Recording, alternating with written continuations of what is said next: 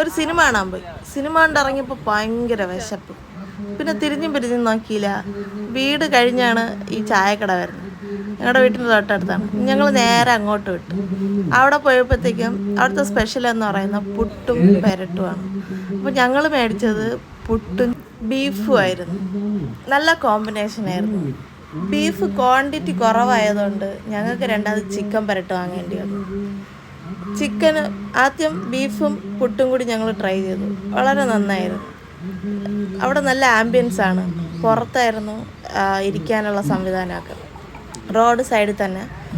അപ്പോൾ 12 മണി വരെ ഈ കടയുണ്ട്. തിരക്ക് പോലെ ഇരിക്കും. അങ്ങനെ ഞങ്ങൾ രണ്ടാമത് ചിക്കൻ പെരട്ട് വാങ്ങി. ചിക്കൻ പെരട്ടും വാങ്ങി പുട്ടിൻ്റെ അവിടെ ട്രൈ ചെയ്തു. അതും കൊള്ളായിരുന്നു.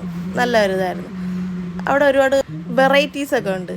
അപ്പോൾ വയറ് വീക്കാത്തതുകൊണ്ട് ഞാനൊരു അപ്പവും ചേട്ടൻ 2 പൊറോട്ടയും പിന്നെ ഒരു കട്ടനും കുടിച്ച് നമ്മൾ അന്നത്തെ ആ ഒരിത് ഞാൻ പിന്നെ മൊത്തത്തിൽ വെച്ച് നിർത്തി. ഈ സ്ഥലം വരുന്നത് KPM ഹാള്, കല്യാണ മണ്ഡപത്തിന് നേരെ ഓപ്പോസിറ്റാണ്. കടയുടെ പേര് പുട്ടും കട്ടനും. കള്ളിക്കാട് പോകുന്ന റോഡാണ്. കാരമൂടെന്ന് പറയും.